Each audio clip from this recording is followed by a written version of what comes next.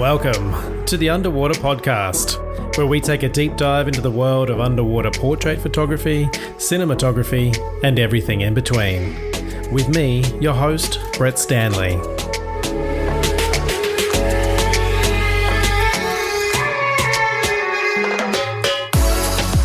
Welcome back to the Underwater Podcast, and this week we're strapping on the fins and talking to freedive photographer Michael DK, also known as Suahuatica. Originally from the Netherlands, Michael grew up on a sailboat with his parents, sailing around the Mediterranean and nurturing a love of the ocean. We chat about his experiences travelling the world shooting underwater caves, and why he's using his mobile phone to take more photos these days. And we also talk about how he uses Instagram as a way to meet new people and clients. Also this week, I've got some admin type updates as we're moving to a fortnightly schedule. The world is opening up a little bit these days, and so people are getting a bit busier and harder to pin down as the work comes back in, me included. So to take the pressure off, we'll drop a new episode every 2 weeks for the next couple of months. Also, we've just launched a range of underwater podcast merchandise as a way to say thank you for listening, but also as a way that you can help support the show. We've got some really cool sticker packs, some beer cozies, coffee mugs, and posters, all featuring our awesome logo and illustration created by the very talented Joe Hodino. Check it all out at theunderwaterpodcast.com or hit the link in the show notes. Okay, let's dive in.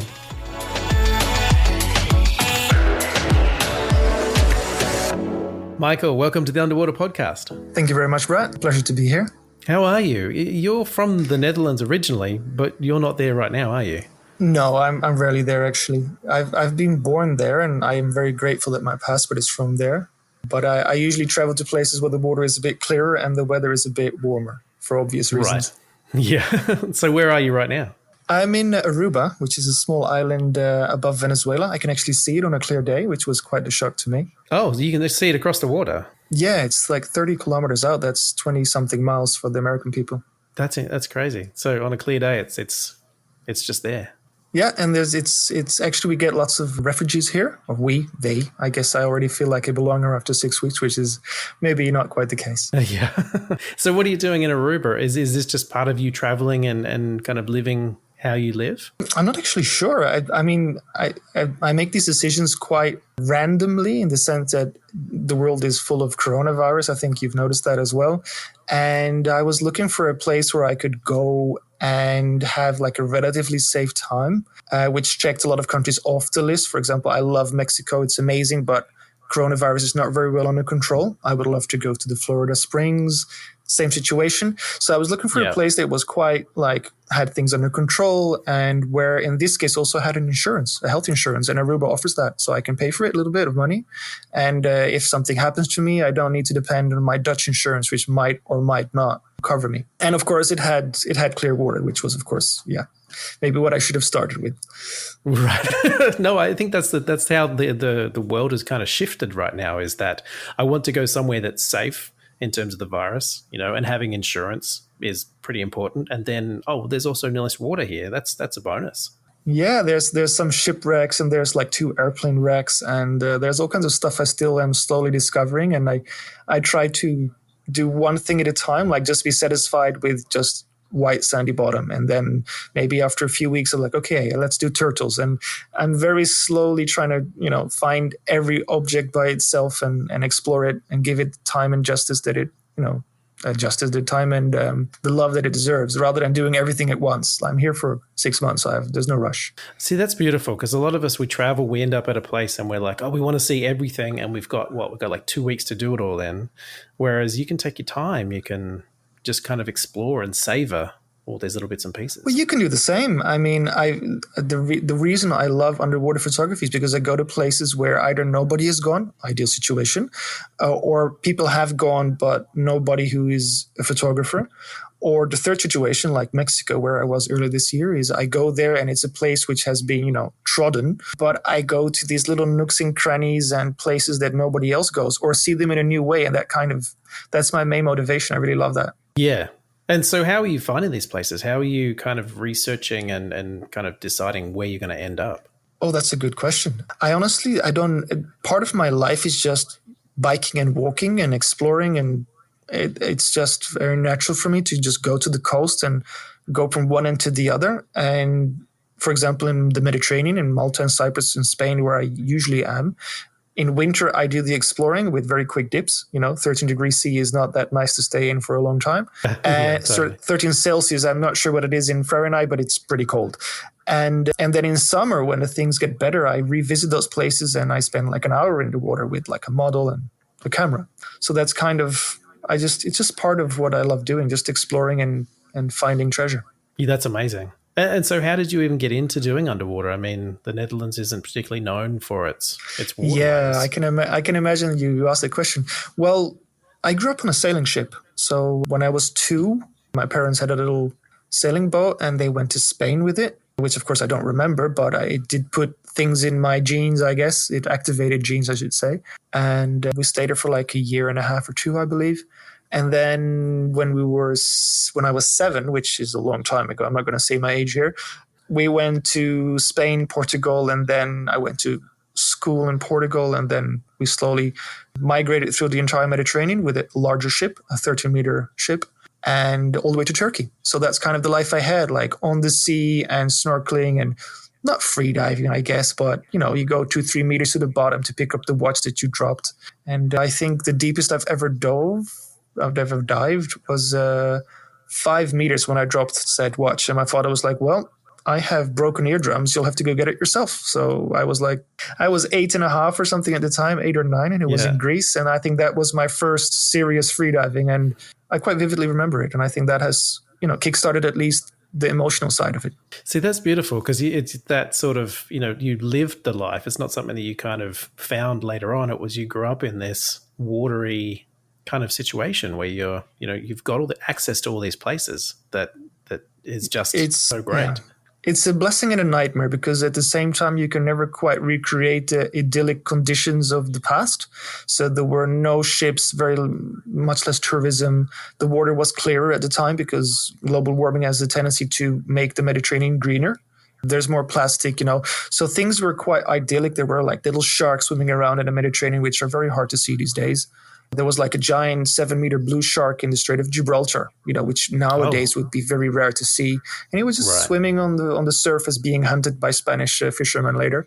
So these kind of things, they're nice, but at the same time, to get them again, I would need like a boat, which I don't have access to easily. And yeah, it's just a dream life that I'm kind of always wanting for, but never quite have. Yeah. And is the Mediterranean, is that a favorite spot of yours? Like, is there so much there? It's like the first girlfriend that you have, I guess. You will always leave an imprint on all, like the first love. Also in the Mediterranean, I think I was 7 when I had my first little girlfriend, and she had dark hair, green eyes, and nice. This kind of was a pattern for the future. And the Mediterranean is the same. Like when you've been raised in a spot and you know certain climates and smells and the chirping of cicada in Greece and the kind of rocks and the kind of scenery and the smell of pine trees, those things stick with you forever. And wherever I meet them, that would always be my home. And the tropics where I am now is amazing, but it doesn't feel like home to me. It feels like an awesome place, but it's not my home. It is so different too, isn't it? Because I've been to Europe and I've been to Malta and Greece and sort of swimming in those places. And every time I'm there, it just reminds me of that awesome 80s film, Le Grand Bleu, The Big Blue, that was my introduction to freediving in the Mediterranean. That is so interesting because your first introduction to the Mediterranean has been a movie, while mine was, my youth. So this creates the narrative and the association and the way you look at it, I guess. So that's very cool. Yeah, absolutely. And then the idea of you having to swim 5 meters down to pick up your watch, just reminds me of young kids in the Mediterranean, learning how to swim and learning how to That is dive. Not as much a thing as the movies make it seem. So I don't remember this. It's the first time I ever thought about this, but I don't remember any kid except maybe some boaties, like kids that lived on boats like I did, like from New Zealand, Australia, America, wherever they were from, which also might explain you my very mixed accent, which doesn't sound typically Dutch, I guess. But they snorkeled, but I don't remember any local kids doing anything more than jump in the water. Oh, so maybe the movies kind of... Yeah, I think there's a tradition of spearfishing and like sponge diving, which might in some specific places like Simi. I've been to Simi and I made a little video documentary on sponge diving together with a watch brand that invited me there.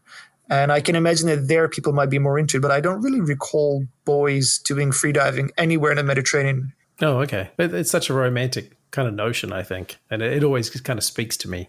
You've got the beautiful rocky kind of coasts and stuff, It's amazing. And so for your journey, how did you get into the underwater photography from being a kid who lived on the water? How did you become someone who photographed under the water? So my father, he died when I was 13, and he left me a beautiful Nikon film camera, like analog camera. And I loved it already, and I think I've shot with it at some point. But my father was a very good photographer, very good eye for photography, and he definitely, we were always watching slides projected in the boat and watching the adventures that we had. And I scanned all those images as well to preserve them. So photography was a very natural part of my life. And when he passed away, my mother, of course, gave me that camera, like, here, go play with it. And I made a picture of a tree in the mist when I was 13. And that's, I think, the first mentally conscious image I made as a 13-year-old. You're not a kid anymore. You're like a young adult almost. And that picture, I guess, instilled some interest in landscape photography and in photography in general, the magic of you see something beautiful and you can show it to other people or remember it. And that was really nice. And I became very interested in amateur photography when digital cameras became a thing, which was, I'm going to show my age here, 1998, 1997, you could buy like a 1 megapixel digital camera. Yeah. And I went out with my bike, which is actually oddly enough exactly what I do now. And I went out and I made pictures of stuff that I found beautiful. And I wanted to share it with my friends, I guess. And internet was quite a thing back then. So I've kind of been raised on the internet since 1994, which isn't so different from how it is now. You had social networks like ICQ, and you would have games and browsers and email, and it's still kind of what you do. And Photoshop, which I was playing around with from a very young age. Illegally, I should say. Right. So you got into this like really quite young, like the whole process of photography. I'm a very visual person, so my normal memory is quite bad. So my first girlfriend when I was 16, my real girlfriend, I didn't know her name after a week. I know how she looked. I knew what she wore, but I was like, hey, you? So that's very me. Like, I'm very bad with names and numbers, but I can remember pointless information visually. I can recite people's Instagrams that I've seen last week, and I can tell you which pictures are on there. And that's very useless information to have. So, but my brain is very visual, and I guess my imperfections with names and numbers and math and stuff like that made me very attracted to everything visual, like color and pictures. I'm also a terrible painter, terrible drawer. So when I was very young, when I was 7, I was drawing like a 13-year-old. When I was 13, I was drawing like a 13-year-old, and I still draw like a 13-year-old right now. So that kind of sums it up. And I studied, for example, art school. And in art school, you have to also do, besides photography, you have to do painting and architecture and graphic design. And we had to make a self-portrait of ourselves, and we had a week for it. And Anton, this big man with a very deep voice, he just walked past everybody with his hands behind his back, and he nodded and said something to support you, like, oh, that's nice. And when he came to me, he just looked at what I made of myself, my self-portrait, and for a moment of silence, he said, Michael, it's very good you're going to be a photographer. And he walked away. That's wonderful. So, yeah, that's why I'm into photography, basically. I can't do anything else. Right. The honesty of Anton pushed you in that direction. Yeah. Well, I was already there, so thanks, Anton. I know.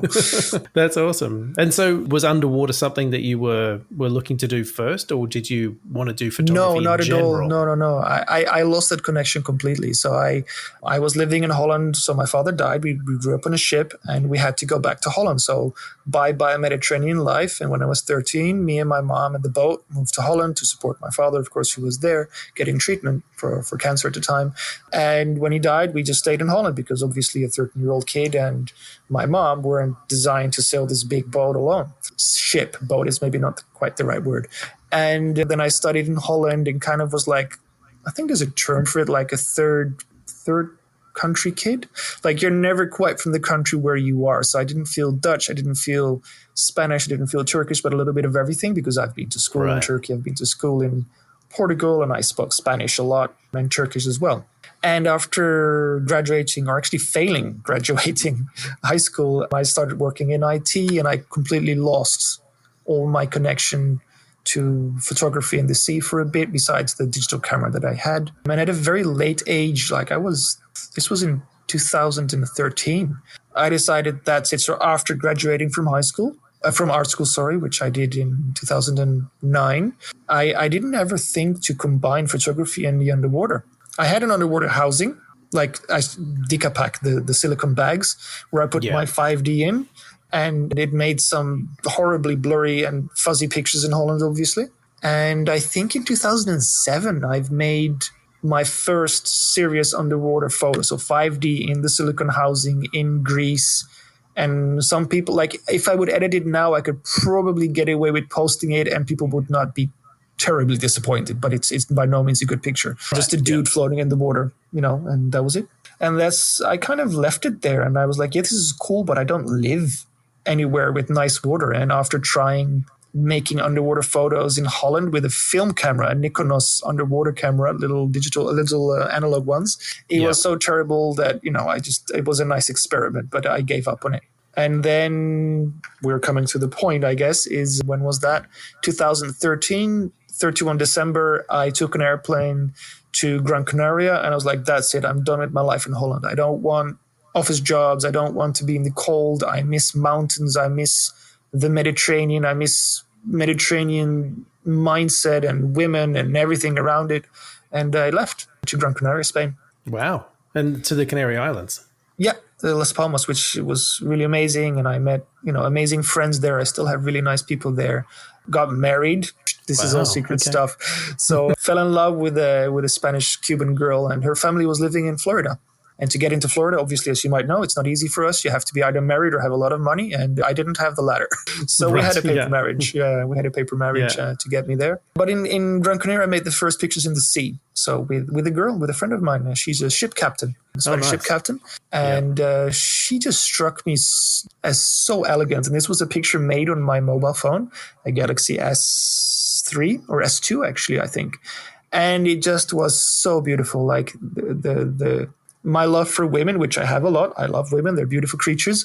And my love for photography and my love for the water kind of all merged in one little mobile phone picture. That's incredible. As like fuzzy and hazy and imperfect as it was.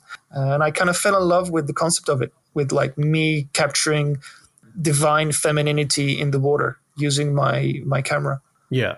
That's such an interesting way into it, because I haven't heard of anyone, especially through this kind of podcast series, of them falling in love with underwater photography through their phone. That's such an interesting way of doing it.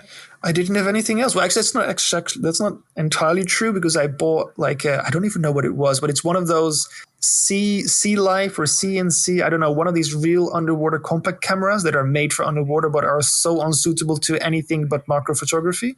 And I had one of those first, and it was so bad I got the phone instead, like a housing, which served me better. Yeah, totally. So I love the results, and I moved from that to, what did I go to? I think that's where I really fell in love with my girlfriend's camera as well. Like, she had an A5100 or 5000. A5000 that I gave her, a little white A5000, and that I bought a housing for that, and I made a few test pictures, and then we broke up. Well, divorced. Oh, no. But I was like, I need a Sony camera with a housing. That's what I'm going to do. So that's what I did, and it is, of course, is better than a phone, and it came with me to Spain, to mainland Spain, to Cartagena, where I started making the first pictures in caves, because it's full of caves, and I was really deeply attracted to them. And my friends were adventurous, and that's kind of early 2015 when everything started to really roll.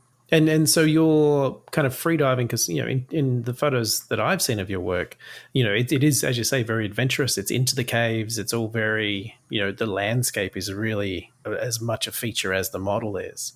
Was that freediving side of things just concurrently happening with the photography, or was one more important to you at the time? I think it's like the perfect threesome, if I can say it that way. Like, it's 33, 33, 33. So for me at the time, maybe it's a bit different now, but at the time, so late 2014, early 2015, I loved the water, the exploration, the caves, and I loved photography underwater, and I loved, women, or not women, that sounds like I'm a playboy, but I loved the gracefulness of women. And most of these women were my friends or my girlfriend. And there was not, being a playboy wasn't a very big part, or isn't a very big part of my life, although some people probably think it is. But I I used to be much more into flirting and seeing women as like sexual objects. And because of the camera, that became sensual and divinity. And I could turn my admiration for them into something that was art more than just lust. And that has been Right. one of the main reasons I enjoy so much what I do, because the click is there in my brain. I know when someone is at their most beautiful. I know exactly when a woman, or I think I know, when a woman is exactly at their most elegant and their most feminine. And that's when I press the button. And that is only possible because I kind of like fall in love with her femininity while I'm shooting. Yeah. So you're falling in love through the lens, what you're seeing through the absolutely. lens. Yeah. If I'm not falling in love with the model underwater as a photographer, but it's almost the same feeling, then it's not going to be a very spectacular series. Yeah, and that's a really interesting way of looking at it too, is that if you're looking at the response that the viewer's going to have, and if you don't have that response straight away, then how can you expect them to have that response? I didn't think about it that way, but that's probably one of the reasons my photography did so well. Yeah, probably. Yeah, and it's something that I've heard a couple of other people speak about as well, is that who are you taking the photo for? Are you taking it for yourself because you are impressed by what you can create skill-wise, or are you taking it for other people to be able to see what you've seen? I'm squinting my eyes now thinking about it. That's a really nice question as well. Because I studied art photography, I do think that I felt or feel it. I mean, things have been going really well in the underwater world, as you might have seen yourself. There's lots of talent out there and lots of things that are happening, which I find very interesting. Apart from a photographer, I also love being an analyst of the underwater photography scene and community. So I know exactly who is making, or I try to know who is making what and what direction it's going, and if photographers are improving or getting less. And I find it super interesting because I'm a bit of an anthropologist as well and a sociologist. So these were side courses I took in high school or art school. Right. Sorry, I keep saying high school. So I love observing and finding my own place in that. But at the same time, of course, I've been educated to make work that doesn't exist or to perfect work that exists. And that is like something I'm trying to do. Like I'm always trying to make something that either was to my standards, like there was room for improvement, or something that didn't exist yet. And I want to make something new. And those are big motivators to do it. So there is, it doesn't quite answer your question, but I think that, it's a big drive for me to create new things. And because you've had that formal education of an artistic education, how do the lecturers and the teachers and all the people that kind of critique your work while you were learning, are they in the back of your head while you're creating as well? Are you trying to kind of please those people mentally as well while you're creating this stuff? No. The art school is very much, they burn you down and build you up kind of thing. So it's like military level of stress the first year especially. And it's the Royal Academy of Arts in The Hague, which has a kind of reputation as well. And they really hammer you for the first year. They just completely break you down. And then when what you think you were as a photographer, it's no longer there. Right. I wanted to be a National Geographic photographer. That's how I got in. And I have no idea with the portfolio that I showed them that they let me in, but I'm very grateful for it. And they guide you more. Like after the first year, it's more guidance. They just give you a lot of knowledge. And many people think that art is like artsy fartsy, if you know what I mean. It's like this feeling. But art is a science, and many people don't realize that, there's visual psychology that we have to do for 3 years in a row just to be able to, you can explain every color, every shape, every detail, everything has an effect on the viewer. And this is not just art. If you want to do commercial photography or make like an ad for Apple, everything in there is designed, and people don't realize that they're watching something that influences what they think of it. So it's not their opinion that they have. Like Apple knows the opinion you're going to have about their product because they designed it to have this and this affecting you by the way they present it or the way they designed it. And to me, photography is a bit the same. Like I'm looking for a certain thing I want to communicate to my viewer. And that's not necessarily the optimal form for Instagram, I must say. So Instagram has its own set of things that work well. Like things that go viral are usually not very compatible with things that are very artistic. Like too artistic. Yeah. But you can find it in like a middle kind of area where it's artistic enough for me and viral enough to do well on social media. And that's what I'm kind of always trying to battle with. So that's an interesting kind of point. And let's talk about that because Instagram is such a part of our lives. And as photographers and cinematographers, a lot of us are using Instagram basically as a business card these days. I meet people at conferences and all that sort of stuff or out in the street. And the first thing they ask me is, oh, what's your Instagram? And so we're using these kind of these tools and these techniques, but I don't think, and I'm guilty of this myself, I don't even know really how to use it. So for you to say that there is kind of a technique and a language to be able to get things to get a lot of engagement on Instagram, then that is something that, that's kind of something that I would love to know more about. I don't think you want that, Brad, because the reason that you are good at what you do is because you have your own fingerprint, and your work stands out from the average underwater work. But your work or my work for that matter, not necessarily are images that are going to be very well received on Instagram in general. Like my favorite images usually do the worst. So they get the least features and the least attention. Like most of the things that I really love that are like, oh, this is going to be such a good thing. Like people don't really like or comment enough on it for Instagram to consider it to go viral. What are the things what are the reasons, I guess, for the things that you don't think are the best that they are going viral? Well, but Instagram is not art. Instagram is an amazing platform that has given me relationships, friends, jobs, and an audience, which I think is the most important thing for me, because I was part of this very posh art school world, but it gave me no satisfaction because in the end you're producing work for like 50 people or maybe 100 on a lucky day, and the other 100 are looking at your stuff that you make full of metaphorical layers and complex subjects and like, oh, art, okay, and they nod and they go on. And it gave me no satisfaction. And Instagram, although it is imperfect for me, I have 41,000 people that potentially, if Instagram allows me to, can see my work if I get the reach.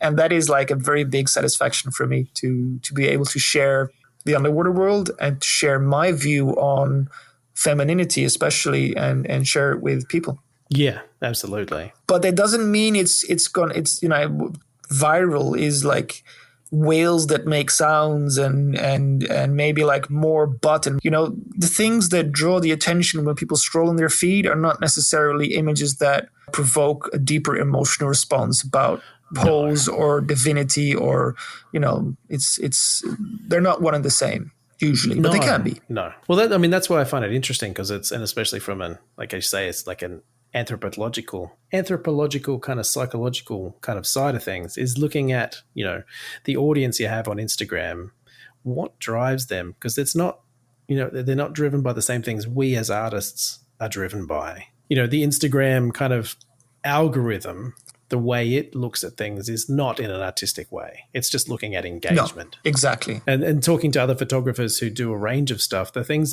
that get them the most kind of engagement is usually a terrible iPhone photo or a selfie.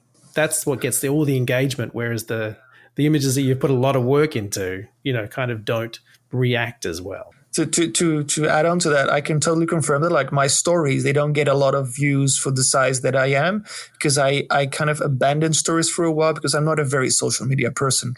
People might think I am, but for me, it's a job. It's a job to get the images shown to my followers. That's all it is for me. I want to get my followers to have a nice experience when they tune into Suahuatica channel. I want them to be, especially now during COVID, that's actually the main reason. So COVID became really bad in February. I started to realize this is going to be a very long-term problem for a lot of people.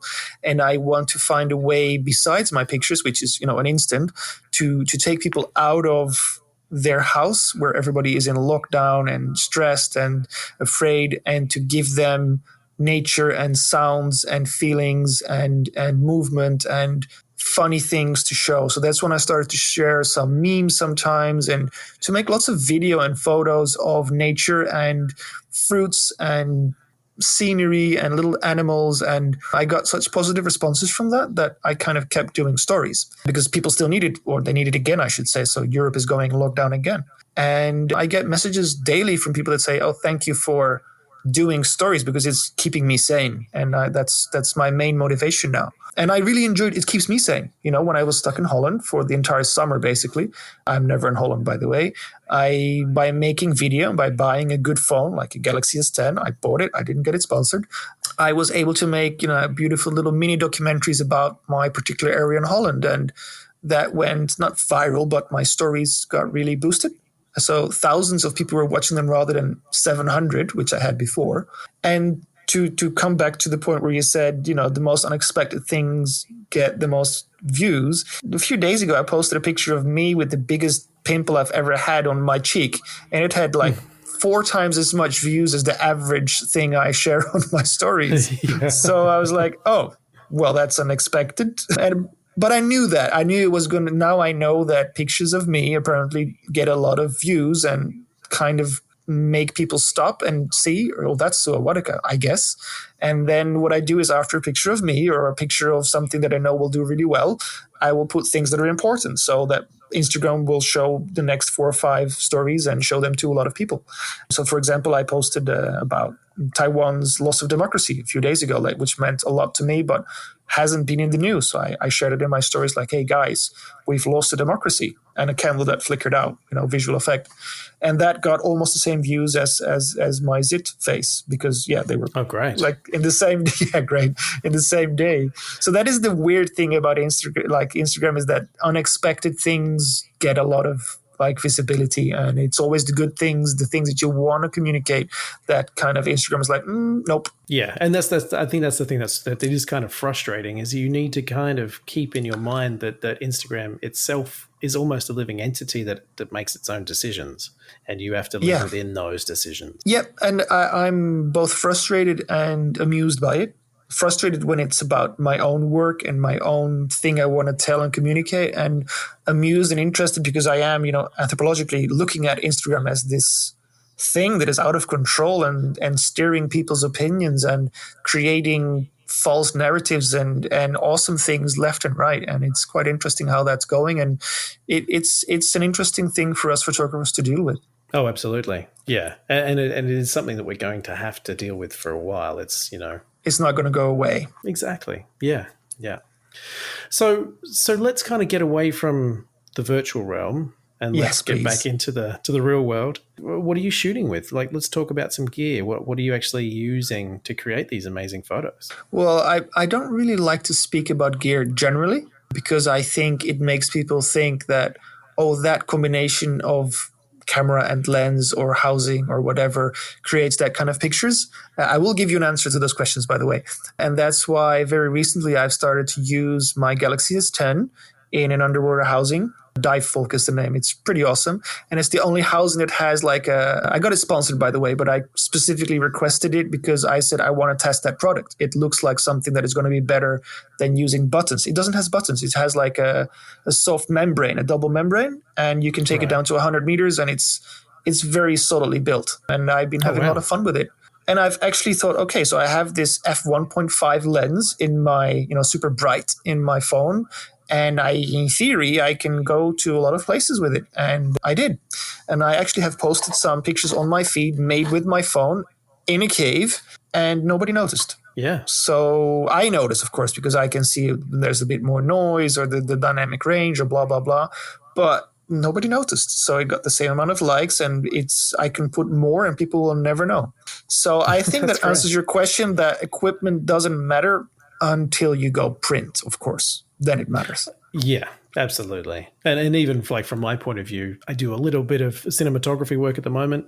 And I would say a good 50% of the work that I've gotten, doing music videos and features and stuff, has come from a video I shot in the Bahamas 3 years ago on an iPhone 5. Oh, well, that is hardcore. That is old. That is not the quality that I have in my S10. So my respect, my hat off to you, as they say. Yeah, exactly. I mean, it looks terrible, and I'm embarrassed by the quality of it, but the content of it is good. Oh, okay. I am very Puritan. I want, but honestly, modern day phones are better at some things than cameras. And underwater is a tricky environment. Phones are not optimized for it. Like my Galaxy doesn't have an underwater white balance, which would make it 10 times better for what I'm doing. But a Sony camera, for example, has. It just allows you to shoot JPEGs in shallow water that look, pretty decent already. But out of the water, phones are amazing tools. And within now the reason I started shooting on the S10 is because I expected next year, like not the S21, which is the same camera setup as the S20, but the one after that, I can full-time shoot on my phone. That's my prediction. So end of 2021, I can leave my Sony A7, which is what I have now, at home and start shooting with a phone in 90% of the locations. Maybe not the deepest, darkest cave, of course, which is where I operate sometimes, where you need, high ISO, but open water, shallow caves, which is the majority of what I actually do, you can get away with a good phone and a good housing, and that's it. That's incredible. And you're using constant lighting or flashlights? I don't use lighting at all usually. If I use light, you can always see it. So the thing that the girl is holding, or the light that is obviously shining from somewhere very brightly, the lights for me are a prop. They're never the thing that makes the light look good. Right. So in terms Although of that's changing a little bit now. So my last picture, like today is very relative for whoever's listening to this, but today is what day is it today? Tuesday. Yeah, November the 17th. Thank you. So that day I posted a picture where the light is very powerful. It's like a 30,000 lumen light. And I used it in a cave where I could never photograph otherwise. It would be impossible, not even with my A3 and bright lenses and blah, blah, blah. So there the light is actually making all the illumination except for a little bit of like blue haze and some reflections. But normally I would use natural light, and I would only use a torch or a big light like big blue dive lights. Those are the lights that I work with to highlight a certain part of the cave or to create like a beam or something. But I don't really use light the way you probably do, where you bounce or where you shoot directly, or it's just what I find. I really like to find beautiful places where the light is kind of there for the picking. And then you're using the flashlights as an accent or as a prop or yes, also functionally, because caves, I don't think I can stress this enough, but caves are unpredictably dangerous at times, and flashlights make sure that you can see, is there debris floating in there? Are there jellyfish? Is there like a giant eel? There is a cave where there's a giant eel. Is there a giant eel on the spot where it sometimes is or not, which might or might not eat my foot? This was a 2.5 meter eel, by the way. It's a very rare thing. But yeah, it's nice to see where you're going in caves, and lights are a big necessity for it. And so when you're doing these caves, and you're still freediving, I assume, what Yes. are you doing in terms of team? Like it's you, and then you have a model. Is it just the two of you, or you got other people with you? How does that work? Unfortunately, yes. So I would like to have a safety diver, because it's always nice to have a third person that can watch both me and the model and is only watching, not diving or photographing at the same time. But the reality is that, and this is a very unfortunate reality, is that there is no space for a third person usually. In terms of in the cave, or yeah, they're quite small. They look big, but most of the caves I go to are really small. And even if it's big, I want to show how big it is. So that means that this person needs to be somewhere, which is sometimes not very convenient, because I move around a lot. Like it's very dynamic what I do. I don't say, oh, go there and stay there. I just swim and I will repeat some things, but it's the nicest things happen when you're just having fun. And secondly, financially, I wouldn't, like if I would have two girlfriends or something, yeah, I can ask them both to the caves. But like half of the pictures on my feed are girlfriends or very close friends. So these are like people that I swim with daily and that I know very well. And we just go out and have fun and adventure and seaside picnics and explore. And the pictures are kind of like a side effect of doing all these nice things together. And that's how most of my friendships are. But there's not always someone there with us. So I've learned a safety protocol that basically puts a lot of responsibility on me. And whoever is by far the most experienced diver has more responsibility in the cave. That's how it works for me. Or in the water in general. So if I'm swimming with, let's say, Miguel Lozano, the number one freediving champion of Spain, then I will push myself a bit further. So I will not stay down 1 minute, but maybe I'll stay down 1.5 minutes, because I know that he can, unscrew whatever situation I manage to create. But when I'm with a model, and the models are generally people that I trained myself, not always, but usually yes, then I know that I should be extremely responsible. And then I am both safety and photographer in one. And that means things like asynchronous dives. So I will only dive down after the model went down so that she is running out of breath when I still have plenty left, for example. And they will be very short dives, so not longer than 15 or 20 seconds, because I can't risk her or me to, after we make a mistake, to make a mistake again.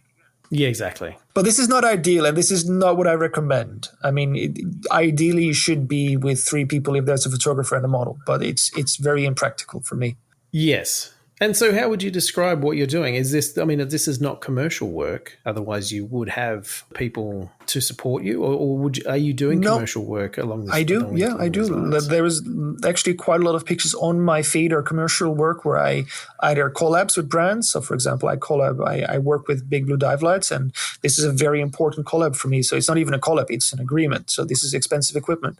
And I produce content for them. But I approach them because I know that their product is the best. So I have been approached by many brands over the past 4 years, and 95% of the times I say no, because their products are not something I either look for or stand behind or like.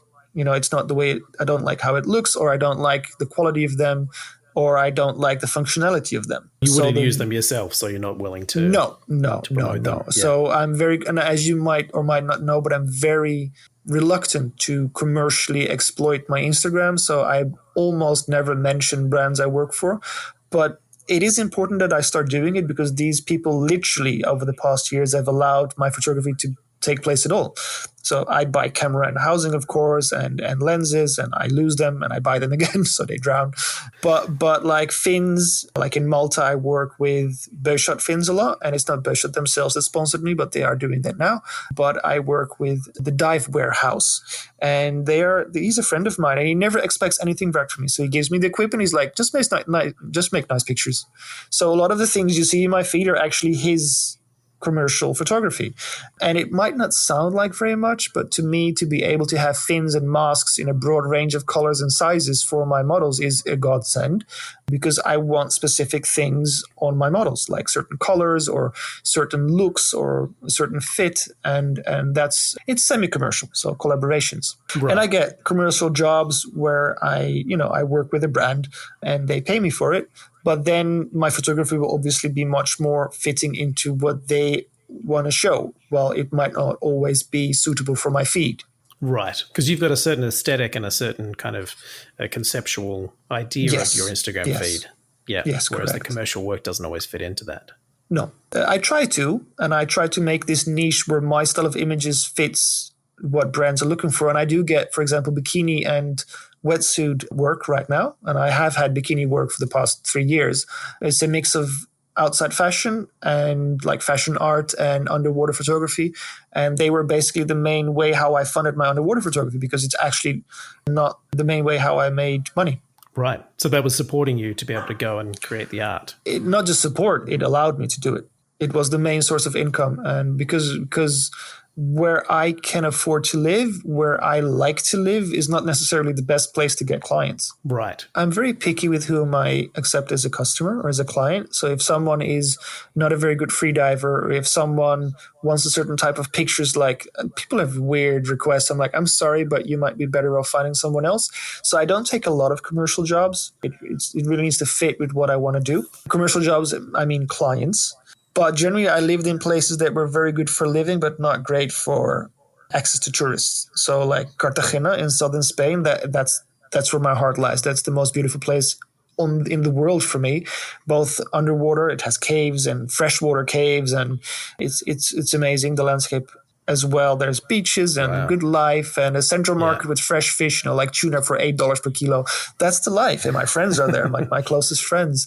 But there's no clients. Like the Spanish people, they are not very interested in paying for pictures. They would rather either not pay or have them for free or have no pictures. So I had to move away there, but it is a very nice place in the end for photos. And so in terms of when you're talking clients, are you talking about a brand, or are you talking about somebody who wants photos individuals, for themselves? Customers. Right. Yeah, customers. Yeah. I do get to the size now, and also I need to be more brazen with it. I need to be much more commercial, which I am not. I'm very much into, I just want to make the nicest possible art that anybody underwater could possibly make. I don't always succeed, but I try. And a kind of consistency, I want to make only good art on a very high frequency. Like everybody can make a good picture if they try hard enough, but I try to really like make a good picture every time I post, which is kind of my challenge to myself, my obligation. But that doesn't necessarily mean that that is a very good way to make money.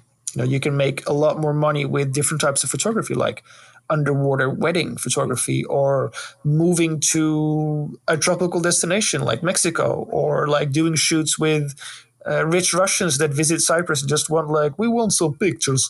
So these people, they can give you money, but they don't, you know, they're not very good at freediving. So it's very limiting what you can do with them. Oh, that's the thing. I mean, I look at your feed and I look at the stuff that's in there, and, you know, the talent of the people that are in the photos, whether it's a natural talent or whether it's something that you've trained them to do, that's what kind of makes a lot of the photograph, is their comfort under the water. Absolutely. The model is very important for me. So it's also a bit how I make them look, but if it's not there, I can't capture it. So I need to make them comfortable in the water, make them comfortable with themselves, which is a very part of what I do, but that probably people don't realize. But I love to make women self-assured about their body and about their skills as a model, both underwater and out of the water. And that's like my biggest, it's almost a hobby. Like I just want to pick up a woman on the street that I think is beautiful, and she's like, no, I don't like pictures. And then a week later, she looks like a top model, both in and out of the water. And that's kind of like, it gives me a kick. Like I can make people see their own beauty, and this gives them a lot of self-confidence. And that's a beautiful gift to give to people, together with freediving itself, which I think is, it goes hand in hand. Modeling and freediving, women feel very attracted to it, and it empowers them both the way they look and the way they feel, because freediving it's free. You know, you don't pay for it, and it's free in the sense that it's liberating. It takes your daily stresses away, and in the water, when you freedive, there's nothing except the moment in the water. I mean, freediving, especially without a wetsuit, there's so many nerve impulses going on in your skin, especially with somewhat colder water, that your brain just like resets. And it's very hard for people that are not experienced freedivers to think about the debt they have, the relationship that broke up, or coronavirus. In the water, it all doesn't exist once you swim, especially, as I said, without a wetsuit, because your skin is this giant conductive tissue that is being bombarded with information from the sea. And that's kind of what I love seeing happening with new divers, and the confidence they get from diving in a cave or reaching 10 meters, which they thought they were never capable of. I think that's an interesting thing. And it's something that I'm not sure if it's every underwater photographer, but certainly for me, the taking someone who's not comfortable under the water and then teaching them how to be comfortable under the water and seeing that transition. Beautiful. It's incredible. And that's the rush that I get, is taking someone and giving them the gift of seeing themselves relaxed and comfortable under the water. That's the rush that I get from it. And it's not age dependent. I mean, people sometimes ask me, like, why do you only have skinny models? And I'm like, well, I'm surrounded by people that have a similar lifestyle as I have. So these are people that love hiking. Many of the places I go, you can't get there with a car. You need to put a backpack on with your fin strapped on it, food, and we just go hike. Or you have to swim 20 minutes to get to that place, or kayak an hour to get to that certain cave or wreck. They're not easy access places, and that kind of is a self-filtering system. And I think also modeling, probably when people see my pictures, they think that everybody's a model, which is the opposite is true. I think there might be 5% of them might be models, and the rest are just normal people that are like, I don't know, office jobs, a nurse. They're one of my very good friends. She's a teacher, teaches children. And these are not divas. They are very down-to-earth, wonderful, sweet human beings. And they feel like sirens or goddesses in the water, because that's kind of the energy that we develop. Yeah, and that's the thing, is there is a preconception that if someone looks good in a photograph, then they must be a model. It's just not true. 90% of the people that I work with have never done it before. It's just the skill of the photographer to get them to feel comfortable enough to be able to get that shot. Yes. At the same time, it also, like last week I worked with a girl she's Chinese, but she lives in New York, but she was born in China. Very petite girl, very, very friendly. But she said, look, I can only hold my breath for 30 seconds and I can swim, but I can't dive. And she was actually really afraid of the sea, so she wouldn't go out. So I'm stuck here. Like I have a window of 5 by 5 meters next to the stairs that go into the water, and the water is 2 meters deep, hazy because the clear water is further out. And I was like, oh my God, how am I going to do this? But I really liked her as a person, which is a very big part of why I enjoy working with certain people. Like if I enjoy the person, then I will make nicer pictures of them generally. And we made an amazing shoot where she's either floating or she just took my weight belt and went to the bottom like 2 meters deep and just did a cute little pose for me. And these pictures, I'm going to post some, and they look like my typical pictures. But this woman was afraid of the water, but she trusted me. So if the person trusts you and is a little bit performance driven, I think we all know what we're talking about. Like if they want, I want to get the picture. Those people tend to have the best motivated results, you know? Yeah. Well, that's the thing. And I think the beauty of photography in general is just that you don't know what happened before or after this shot. You don't know what the story is. You have to make it up. And if you can get one beautiful shot out of something that is, maybe something that's full of fear or something that's, uncomfortable, but for this 1 second, they felt relaxed and calm, then you've done your job. They will come back for it. Yeah, exactly. Maybe with you, that's not quite as easy to extrapolate because, of course, you work in a pool usually. So you can't tell them, well, dive down to 10 meters now. It's a little bit more limited. And the chlorine, for example, I would be your worst model. I don't feel comfortable in pools. Right. But the open sea and caves especially, they really relax me. And this girl I talked to you about, the Chinese girl, she actually wants to pick up freediving now. So she just after one shoot with me, she's like, I'm going to do lessons and I want to learn to be a mermaid. I want to go down and I want to explore. Well, before the shoot, she was afraid. And then I just glow with pride for a few days. Like, that's what I do it for. Well, my kind of belief is that the ability to hold your breath under the water is a superpower. It is. Yes. It is something that not everyone gets to do. And if you can, it's addictive. It's a little bit more than that. I think it is the power to know that you don't need to breathe on the water to be comfortable. Yeah, exactly. Because thinking about holding your breath is going to make you stressed. Well, they just go and they're so amazed. I mean, I don't know how you do it, which is maybe something we need to interview you about, but I have fishes and caves and things that are distracting them, which makes them forget they were afraid of water. And that is the thing, is distracting them with whatever. But you don't have that. So my question to you is, role reversal, how do you make someone forget about the water? I get them to think about everything else. So I basically tell them to think about the pose. So, I'm working in a different way than you mostly because you're probably having someone swim, whereas I've got someone static in the water. And what I'm doing with them is I'm getting them to go through a checklist of, are my toes pointed? Are my hands relaxed? Is my face relaxed? What is my hair doing? The more you can give them a list of things that don't involve, am I still holding my breath? It's enough to distract them. I do tell people, of course, that they need to, I will show them, which is to their great hilarity. Like I will be doing feminine poses as a hairy dude in the water. I'm like, yo, what you're doing, that's not good enough, girl. And she's like, what do you mean? Like, I'll show you. And they have to laugh, of course, when this guy is suddenly doing this super mermaidy stuff. So I do show them things, but I do tend to find a mix between organic and pose. What you might do is, of course, more instructed and more guided, I guess. Yeah, a little bit. Yeah. For me, I'm making them do poses that are not really underwater sort of poses, I guess. They're more dance kind of moves. I'm going to ask you a question. You can't say, this is the best moment to do it. So have you done pregnancy shoots? Yes. Yes, right? Because I've seen a picture and I think it is yours where, of course, it's a beautiful picture, but she's wearing some kind of cape dress. It's on the neck and shoulders, but not on the whole body. Is that yours? Sort of goes around the chest? Yeah. Yes. Well, I assume so. Can I steal that idea from you? Yeah, it's quite a very popular maternity dress. Okay, I'm not an expert at all. So I saw it and I was like, that looks something that I need to, because I have someone who wants to do that. And she said, and I would love to work with someone who's pregnant. I don't have a lot of that. I've done it in a long time ago. So it's like, this is a good moment to ask if they can use that idea. Yeah. And it's definitely not my idea. It is basically a maternity photo shoot dress. Usually they use them in the studios, like on dry land. And it's a dress that basically shows off the belly. Yeah. Only if you do it in the water, that's when you invented it, I think. Yeah, and even then, I'm pretty sure it was done way before I did it. So okay, don't feel any guilt. No. So you've got my permission, but you'll have to ask everybody else as well. Yeah, that's an interesting thing, isn't it? How do you deal with that?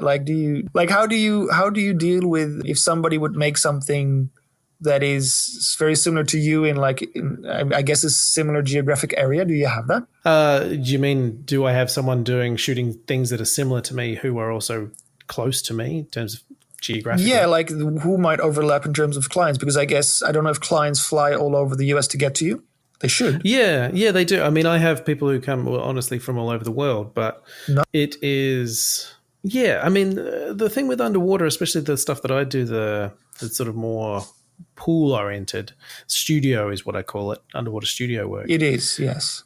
Is that there are some very pronounced types of things you can do. And so a lot of underwater photographers who do underwater studio do the similar kind of things. And so for me, I'm trying to push the boundaries of that, which is why I build sets and, make rooms out of mirrors and all that sort of stuff. It's to try and set a new bar, or, have something new that they haven't seen before. So in terms of having to deal with someone doing something similar to me, again, it's like they've probably done it similar, but they haven't done it how I would have done it.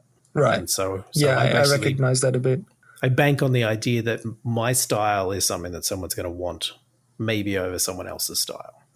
I like that confidence. I need to learn that. So what is funny, by the way, is that, trust me, if you go to the cave that is 15 minutes walking from your house, which was the case in Malta, like I walked from my house to one pretty good cave. If you go there 6 times a week, it becomes a studio. It's just a studio. Oh, absolutely. Yeah. And that's the thing we say, like the Florida Springs. That is one of my studios because I go there a lot. This is a big secret. It's amazing. I mean, have you been to the Florida Springs?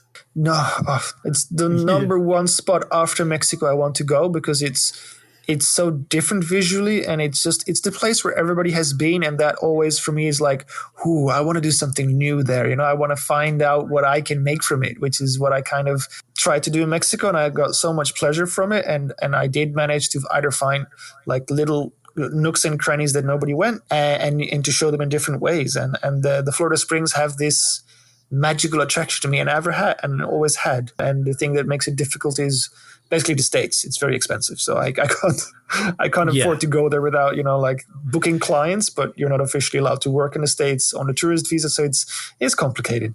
Yeah, it does make it hard. Yeah, to compare it to the cenotes down in Mexico is very similar. They are basically like cenotes with the roofs taken off. So they're open air cenotes basically. You have those as well. Open air cenotes, lots actually. Yeah. Exactly. And the thing in Florida, because the springs, there's thousands of them in, like 100-mile radius or something, and which is the same as the cenotes. There's like someone's got one in their backyard. And so there's so many different places you can go and so many different landscapes you can get and so many different looks. I'm so excited already. Just incredible. So if anybody's listening that lives in Florida and has a room for me somewhere after COVID, I'm up for it. There you go. This is it, the Underwater Podcast, hooking people up. Michael, thanks so much for sharing all of this. It's been awesome just to chat with you and just to get your kind of like take on everything. It's really interesting. It has been totally my pleasure. Thank you.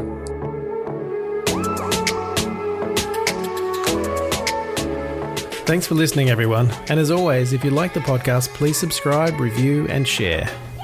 If you'd like to support the production of these episodes, you can purchase our very cool merchandise at theunderwaterpodcast.com. We've got branded coffee mugs, stickers, beer cozies, and posters featuring our amazing illustration and logo by Joe Hodino.